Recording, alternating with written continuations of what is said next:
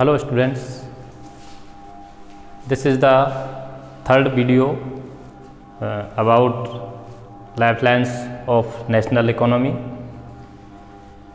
ये तीसरा और लास्ट वीडियो है इस चैप्टर का, लाइफलाइंस ऑफ नेशनल इकोनॉमी का। इस चैप्टर में मेनली जो है वो ट्रांसपोर्टेशन और कम्युनिकेशन टू वेज होते हैं, उनके बारे में ब्रीफली डिस्कस किया गया है। ट्रांसपोर्टेशन में गुड्स और सर्विसेज का एक्सचेंज होता है, दो पर्सन्स, दो स्टेट्स या दो नेशंस के बीच। उसके लिए ट्रेड जो वर्ड है वो काम में लिया जाता है। ट्रेड और टूरिज़्म के लिए जिस वे की रिक्वायरमेंट होती है वो ट्रांसपोर्टेशन है। उसी प्रकार से आइडियाज़ और थॉट्स का एक दूसरे व्यक्तियों या एक दूसरे कम्युनिटीज़, कंट्रीज़ के बीच में जो आदान प्रदान है उसके लिए कम्युनिकेशन वर्ड काम में लिया जाता है। तो इस वीडियो में हम कम्युनिकेशन और ट्रेड मेजर, सीपोर्ट्स, एयरपोर्ट्स, इनके बारे में डिस्कस करने वाले हैं। इससे पहले के जो वीडियोज़ हैं उसमें हमने ट्रेड और टूरिज़्म के लिए के संदर्भ में ट्रांसपोर्टेशन के वेज के बारे में हम विस्तार से चर्चा पूर्व में कर चुके हैं। कम्युनिकेशन को टू टाइप्स में क्लासिफाई किया गया है, personal communication and mass communication. संचार जो है आइडियाज़, विचारों का आदान प्रदान है, वो यदि दो व्यक्तियों के बीच में हो रहा है तो वो पर्सनल कम्युनिकेशन के अंतर्गत आएगा। और यदि किसी प्लेटफॉर्म से बहुत से लोगों तक अपने आइडियाज़ को, विचारों को एक साथ में पहुंचाया जा सकता है, या जिन वेज के माध्यम से एक साथ में अपने आइडियाज़ को बहुत से लोगों तक पहुंचाना संभव हो पाता है, वो सभी टूल्स जो है वो मास कम्युनिकेशन के अंतर्गत आते हैं। पर्सनल कम्युनिकेशन में यहाँ पर letters, cards, telephones, email, WhatsApp and mobile phones, ये सभी टूल्स पर्सनल कम्युनिकेशन के हैं, जिनके माध्यम से हम कुछ लोगों तक अपने विचार पहुँचा सकते हैं। इंडियन जो है डाक सेवा, भारतीय डाक सेवा है, ये काफ़ी प्राचीन है और वर्ल्ड में काफ़ी अपना बड़ा स्थान रखती है, बहुत ज़्यादा फैला हुआ इसका विस्तार है। लेटर्स और टेलीग्राम्स वगैरह ये ट्रेडिशनल पैटर्न के कम्युनिकेशन के टूल्स थे। आज इनका स्थान जो है वो मोबाइल फ़ोन्स और ईमेल जैसे टूल्स ने ले लिया है। अब हम सेकंड जो है कम्युनिकेशन का जो सेकंड टर्म है मास कम्युनिकेशन, उसकी चर्चा करेंगे। मास कम्युनिकेशन के माध्यम से एक ही प्लेटफॉर्म से एक व्यक्ति अपने आइडियाज़ को बहुत से लोगों तक एक साथ पहुंचा सकता है।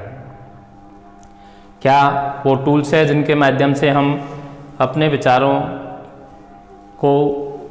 विचारों से एक साथ बहुत से लोगों को अवगत करवा सकते हैं? तो वो है टेलीविज़न। टेलीविज़न में जो इंडियन गवर्नमेंट का चैनल है वो दूरदर्शन के नाम से बहुत पहले से चला आ रहा है। रेडियो, इस पर आकाशवाणी जो है वो गवर्नमेंट का चैनल लंबे समय से है।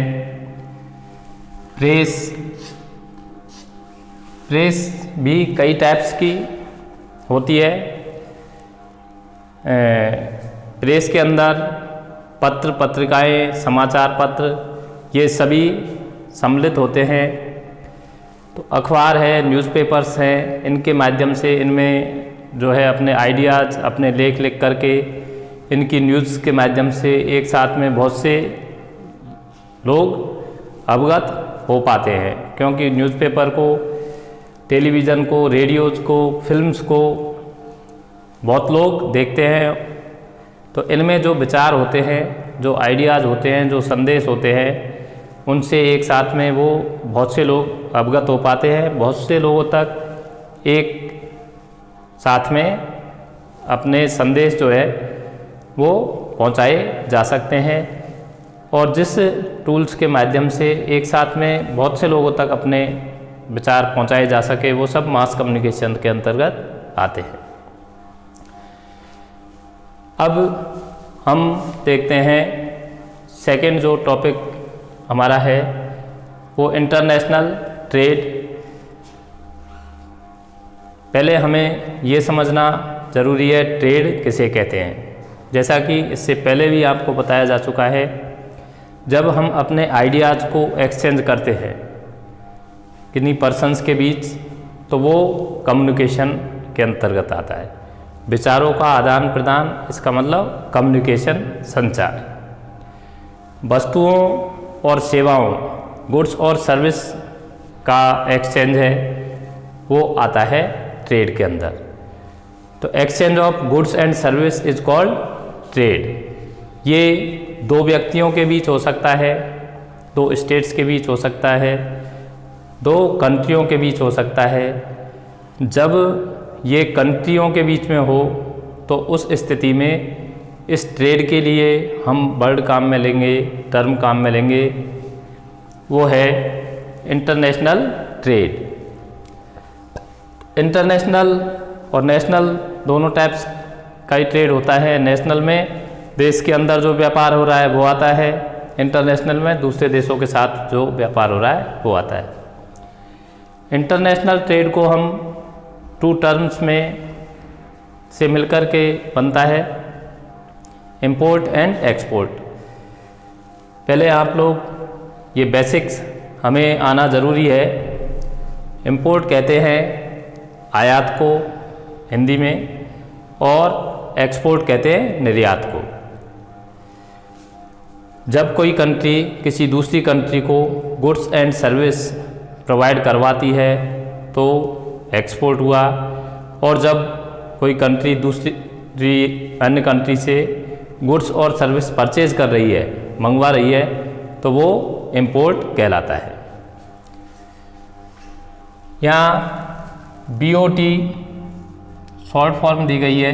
इस तरह की शॉर्ट फॉर्म पर भी आपके बोर्ड एग्जाम्स में क्वेश्चंस बनते हैं। आप लोगों को इनको भी अच्छे से देखना चाहिए। BOT मीन्स हुआ balance of trade,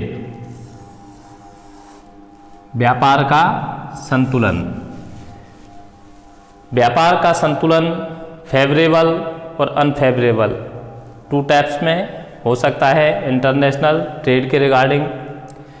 favourable balance of trade जो है उसे कहते हैं जिसमें एक्सपोर्ट मोर देन हो, किससे? इंपोर्ट से। अर्थात फेवरेबल बैलेंस ऑफ ट्रेड उस कंट्री के ट्रेड को कहेंगे जिस कंट्री का ट्रेड में एक्सपोर्ट ज़्यादा हो, निर्यात ज़्यादा हो, किनसे? आयात से। इंपोर्ट से एक्सपोर्ट ग्रेटर देन है, ऐसी स्थिति में जो है फेवरेबल बैलेंस ऑफ ट्रेड कहा जाएगा। Unfavourable balance of trade, unfavourable balance of trade में इंपोर्ट जो है वो ग्रेटर है एक्सपोर्ट से। अर्थात इंपोर्ट ज़्यादा हो, आयात ज़्यादा हो, और निर्यात कम, निर्यात आयात से जो है वो कम हो। तो ये हुई अनफेवरेबल बैलेंस ऑफ ट्रेड, जिसमें इंपोर्ट ज़्यादा हो रहा है किससे, एक्सपोर्ट से, अर्थात निर्यात से आयात ज़्यादा हो रहा है। तो उस तरह का जो ट्रेड है वो कहलाएगा अनफेवरेबल बैलेंस ऑफ ट्रेड। जैसा कि इंपोर्ट और एक्सपोर्ट बेसिक्स हैं आपके, पिछली क्लासों में भी आपने पढ़े हैं, पूर्व में भी मैंने बताया है। एक्सपोर्ट होता है किसी कंट्री के द्वारा दूसरी कंट्रीज को अपने गुड्स और सर्विस बेचना, ये तो हुआ एक्सपोर्ट। और दूसरी कंट्रीज से गुड्स और सर्विस परचेज करना, ये हुआ आपके इंपोर्ट। क्लियर। अब हम देखते हैं significance of tourism and trade. Tourism जो है पर्यटन का ट्रेड के रूप में क्या सिग्निफिकेंस है, उसके बारे में यहाँ बिंदुवार पूरी चर्चा हम लोग करेंगे। उससे पहले हमें टर्म्स को, जहाँ भी नई कोई टर्म आए उसको समझना बहुत ही ज़्यादा ज़रूरी होता है। यदि हमने टर्म को सही से समझ लिया तो कंसेप्ट भी समझ में आएगा। तो टूरिज्म जो है पर्यटन हिंदी वर्ड है, ये उस के लिए काम में आता है जिसमें कि किसी अन्य क्षेत्र को, अन्य देश को अपने विभिन्न पर्पज़ों की वजह से घूमने का के लिए लोग जाते हैं, तो उसके लिए टूरिस्ट वर्ड काम में आता है। और उससे रिलेटेड सारी इंडस्ट्री है वो टूरिस्ट इंडस्ट्री, टूरिज्म इंडस्ट्री कहलाती है। तो सिग्निफिकेंस में हम देखते हैं प्रमोट नेशनल इंटीग्रेशन। टूरिज्म में लोग टूरिज्म को भी 2 टाइप्स में क्लासीफाई कर सकते हैं, national tourism and international tourism. तो क्लासिफिकेशन के अलग अलग बेसिस हो सकते हैं, उनके आधार पर कई प्रकार से क्लासिफिकेशन किए जा सकते हैं। तो टूरिज्म में लोग एक दूसरे से मिलने का मौका मिलता है, एक दूसरे की कल्चर को समझने का मौका मिलता है, एक दूसरे के आइडियाज़ को समझने का मौका मिलता है। तो ये जो है इससे प्रमोट्स नेशनल इंटीग्रेशन, राष्ट्रीय एकता को बढ़ावा मिलता है। जब लोग कम्युनिकेशन एक दूसरे से रखेंगे, एक दूसरे की कल्चर को जानेंगे, एक दूसरे के आइडियाज़ को सुनेंगे, अपने आइडियाज़ को उन तक पहुंचाएंगे, तो ऐसी स्थिति में कॉन्फ्लिक्ट्स जो होते हैं उनका काफ़ी हद तक वो डिसॉल्व हो जाते हैं और नेशनल इंटीग्रेशन को बढ़ावा मिलता है। नेशनल के साथ साथ इंटरनेशनल इंटीग्रेशन को भी इंटरनेशनल टूरिज्म की सहायता से बढ़ावा मिलता है। सेकंड आपका पॉइंट है provides support to local handicrafts. यहाँ नई टर्म जो आई है वो हैंडीक्राफ्ट्स है। Handicrafts means handmade items. अब हैंडमेड जो आइटम्स है ये कुटीर उद्योग के अंतर्गत रूरल जो पार्ट्स है उनमें बनते हैं। जैसे मशीनों का जब तक हमारी कंट्री में नहीं थी उससे पहले सारी इंडस्ट्रीज हैंडमेड ही चला करती थी। फॉरेन जो टूरिस्ट है वो हैंडमेड आइटम्स में इंटरेस्ट ज़्यादा दिखाते हैं, परचेज करते हैं, तो उनकी वजह से जो है हैंडीक्राफ्ट जो इंडस्ट्री है इसको काफ़ी बढ़ावा मिलता है।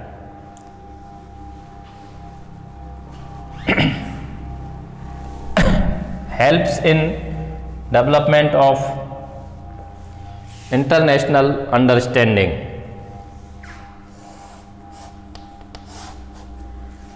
टूरिज्म में किस प्रकार से टूरिज्म अंडरस्टैंडिंग को बढ़ावा देता है वो हम लोग डिस्कस कर चुके हैं। जब एक कंट्री के लोग दूसरी कंट्री में घूमने जाएंगे, वहाँ के लोगों की कल्चर को देखेंगे, वहाँ के हेरिटेज प्लेसेस को देखेंगे, वहाँ के बिजनेस को देखेंगे, वहाँ की अदर जो फैसिलिटीज़ है उनको देखेंगे, तो निश्चित रूप से अंडरस्टैंडिंग सभी में बढ़ेगी। तो इंटरनेशनल अंडरस्टैंडिंग में भी टूरिज्म जो है वो बहुत बड़ा रोल प्ले करता है। About our culture and heritage.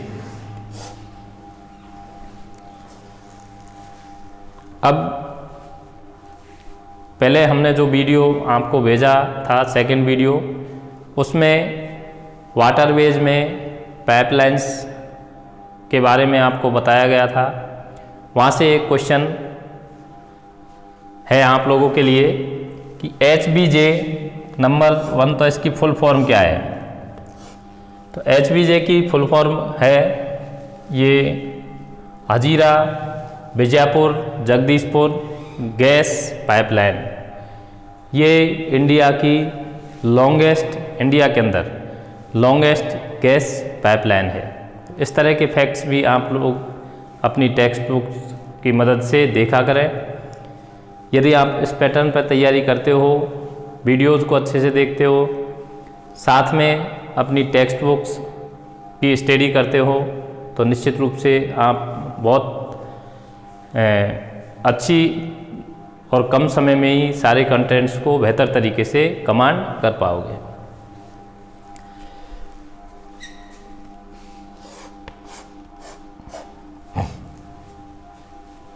हमारा जो नेक्स्ट अब टॉपिक है वो major sea ports and major airports है। जिस प्रकार से बसों में यात्रियों को बैठने के लिए बस स्टैंड होते हैं, जहाँ पर बस निर्धारित स्थान पर रुकती है, जहाँ से यात्री बैठ सके। सामान को रखने के लिए एक निश्चित वो स्थान होता है। यात्रियों को बैठने के लिए, बसों में बैठने के लिए बस जहाँ आकर के खड़ी होती है, जहाँ से यात्री उनमें बैठ सके, उसे हम बस स्टैंड कहते हैं। इसी प्रकार से रेलगाड़ियों के खड़े होने का वो स्थान जहाँ से यात्री उतरते हैं, रेलगाड़ियों में चढ़ते हैं, उसके लिए रेलवे स्टेशंस बने होते हैं। इसी प्रकार से वाटरवेज में और एयरवेज में, वाटरवेज में जो पानी के जहाज़ होते हैं, उनमें गुड्स को लादने और उतारने, या ये कहें कि जहाज़ पानी के जहाँ आकर के रुकते हैं, उन स्थानों को, इनके जो स्टैंड है, उनको कहा जाता है सी पोर्ट। क्या कहा जाता है? सी पोर्ट। और जहाँ हवाई जहाज़ आकर के रुकते हैं, जहाँ से यात्री उनमें चढ़ते और उतरते हैं, उस स्थान को कहा जाता है एयरपोर्ट। तो ये बेसिक कंसेप्ट आपका एकदम अच्छे से क्लियर पहले से ही होगा। अब हम डिस्कस करेंगे मेजर सी पोर्ट्स को और मेजर एयरपोर्ट्स को। इनके बारे में मैप में निश्चित रूप से क्वेश्चंस 2 या 3 मार्क्स के आते हैं। मैप के लिए बहुत ही ज़्यादा इम्पोर्टेंट टॉपिक है ये। इनको आप लोगों को अच्छे से समझना है। मैप में लोकेशन को डायरेक्टली नहीं पूछा जाता, इनसे रिलेटेड जो इन्फॉर्मेशन है वो पूछी जाती है। यदि उसकी आपको जानकारी है तो आप उसको इंडिकेट कर पाओगे। कांडला सी port,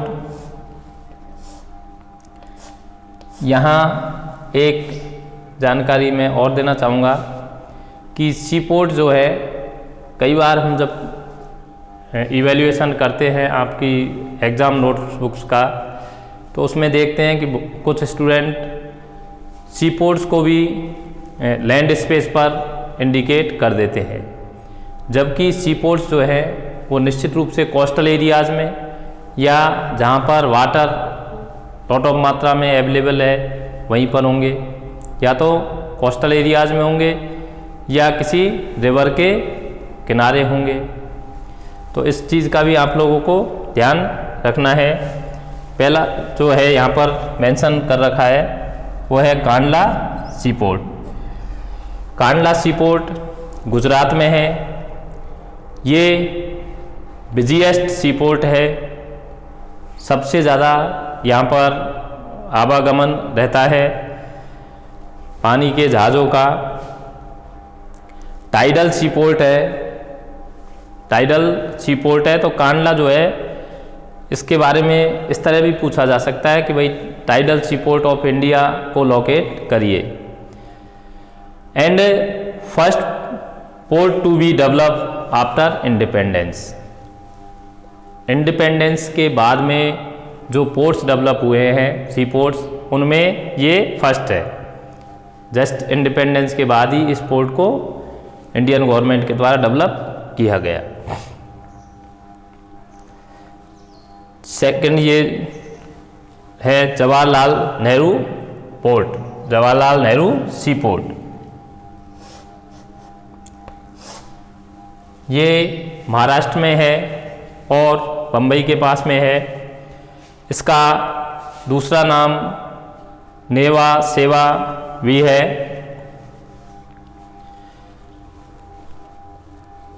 Mumbai port, Mumbai port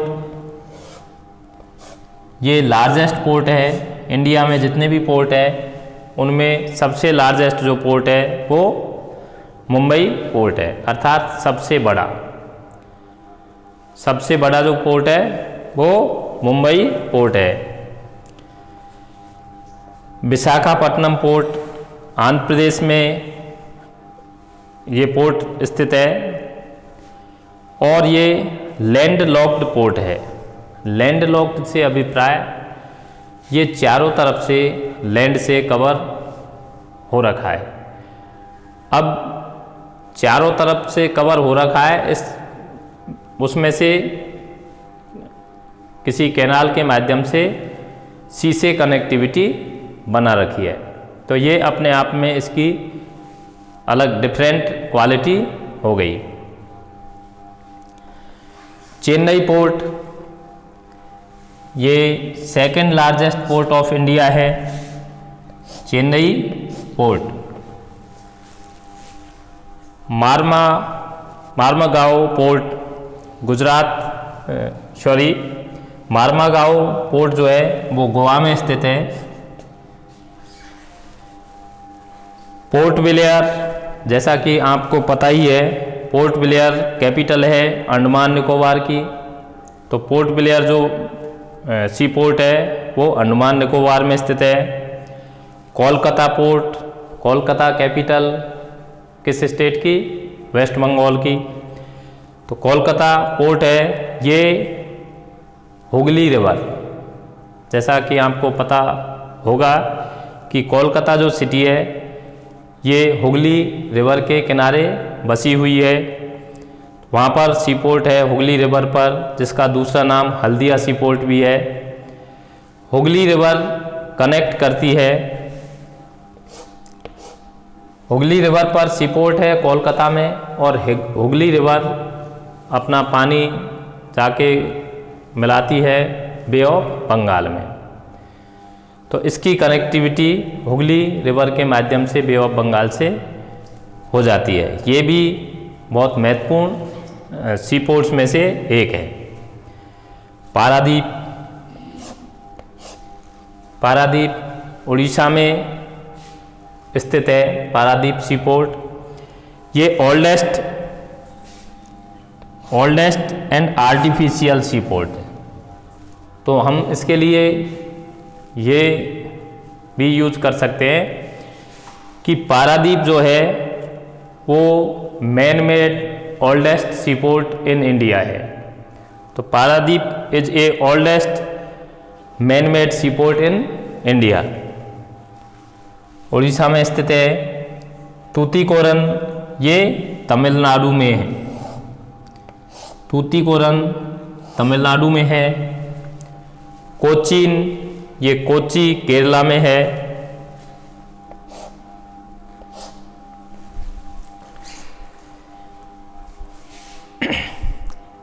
Ennore port ये जो है चेन्नई में है। न्यू मैंगलोर जो सी पोर्ट है ये कर्नाटका में है। इसका दूसरा नाम पनाम्बूर है।